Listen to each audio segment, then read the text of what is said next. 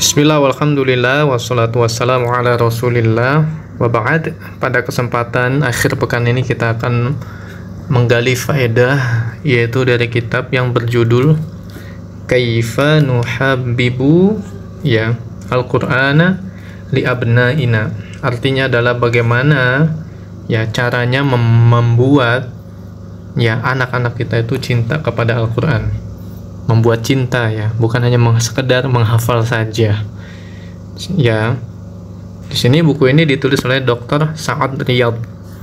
Kita akan menyebutkan paparan dari beliau dan kita ringkas terkait metode agar anak-anak itu menghafal Al-Qur'an dengan penuh kecintaan, dengan penuh kesadaran, bukan hanya sekedar paksaan.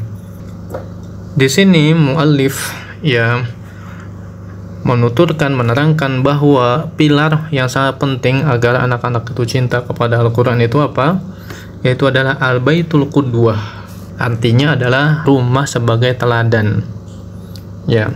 Kalau kita sebutkan kata-kata rumah di sini, maksudnya siapa? Maksudnya itu adalah orang tua atau wali dari muridnya. Orang tua atau wali dari murid-muridnya. Nah, ini kenapa disebutkan pertama kali tentang rumah? Kehidupan sehari-hari ini itu seringnya di rumah. Di sini beliau menyebutkan,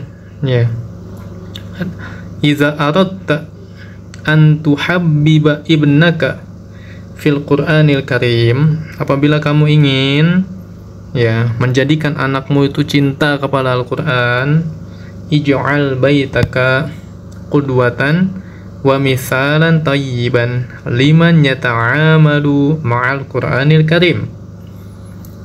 Pertama kali itu adalah apa? Ij'al, jadikan rumahmu sebagai apa? Teladan dan contoh yang baik untuk orang-orang yang akan bermuamalah dengan Al-Qur'an.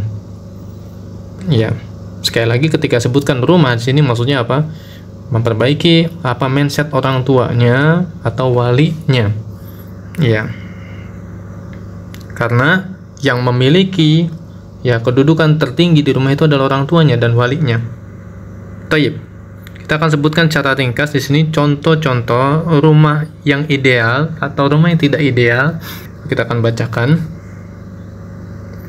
Di sini contoh dari beliau itu an-namuzaju al-awwalu. Contoh yang pertama itu apa? Wa huwal baitul ladzi la yubali bil Qur'anil Karim wala yaqra'u fihi. Yaitu rumah yang rumah yang memang tidak peduli dengan Al-Qur'an. Tidak juga dibacakan Al-Qur'an dalamnya, wala yuqra'u fihi. Wala yuqra'u fihi.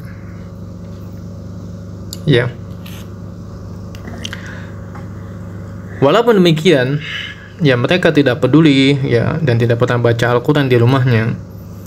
Akan tapi apa? Walakin indahum mabda'un anna tahfizul abna'i lil Qur'anil Karim minal umuril muhimmati lahum. Artinya adalah mereka memiliki dasar di dalam keluarga mereka bahwasannya menghafal Al-Qur'an itu bagi anak-anak itu termasuk perkara yang sangat penting bagi mereka.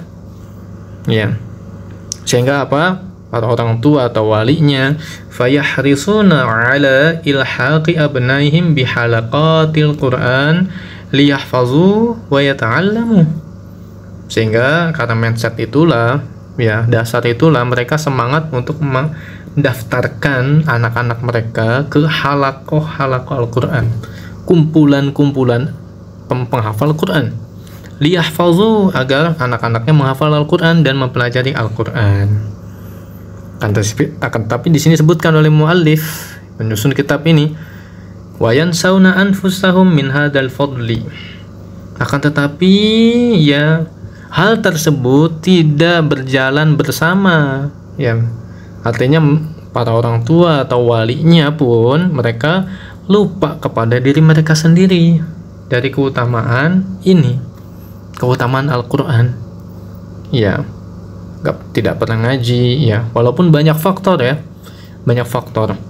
Akan tetapi diusahakan sekali bagi para orang tua atau wali mereka mengaji setiap harinya, walaupun hanya setengah lembar atau semampunya, atau ya setengah seperempat halaman. Yang penting ada mengaji di rumah.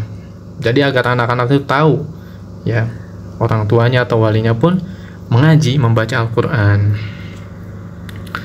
Nah, ini contoh yang pertama. Kita akan masuk contoh yang kedua. An-namuzaju as-sani. Contoh yang kedua, wa huwal baitul ladzi ya'khudhu ta'limatil Islam bi'usrin wa laysa biyusrin. Artinya, rumah contoh yang kedua itu adalah rumah yang menggunakan ya metode pengajaran atau mengajarkan nilai-nilai keislaman ke anak-anak mereka itu dengan apa? Dengan sulit, walaysa biyusrin, tidak dengan mudah. Ya, contohnya mungkin ya memaksa anak untuk menghafal Al-Quran dengan ancaman, kalau tidak menghafal Al-Quran kami akan hukum kamu. Ya, kalau tidak sampai target ini kami akan hukum kamu. Ya, jadi mereka menghafal Al-Quran dengan keterpaksaan. Kemudian juga tidak memberikan hadiah kepada mereka ketika mereka berhasil.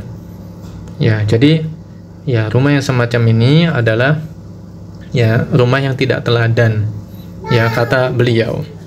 Ya, kemudian juga mungkin bisa jadi memberikan tugas menghafal itu tidak sesuai dengan ya usia mereka.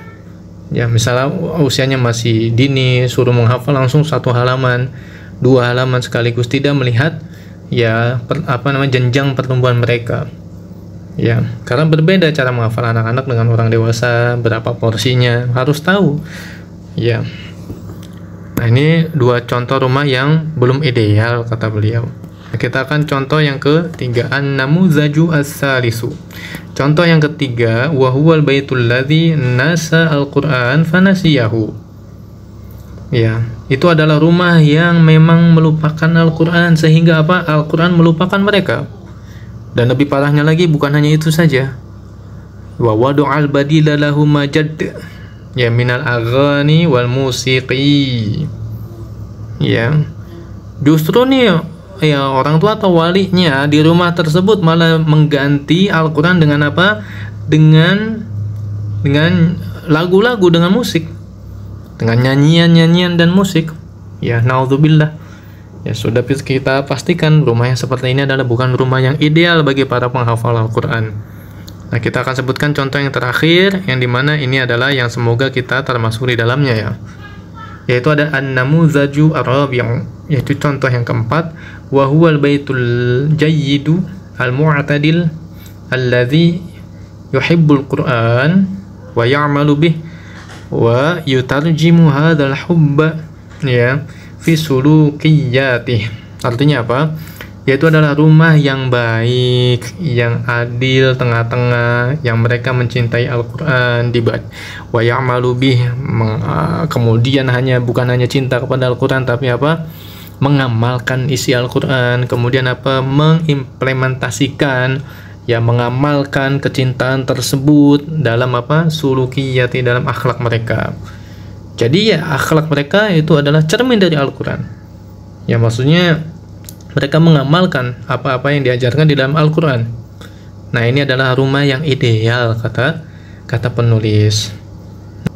Itu saja yang bisa kita sampaikan dan kita bacakan. Semoga yang sedikit yang bermanfaat untuk kita semuanya, terutama bagi para orang tua dan para wali anak. Wassallallahu ala nabiyina Muhammadin wa ala alihi wa sahbihi wasallam. Walhamdulillahi rabbil alamin.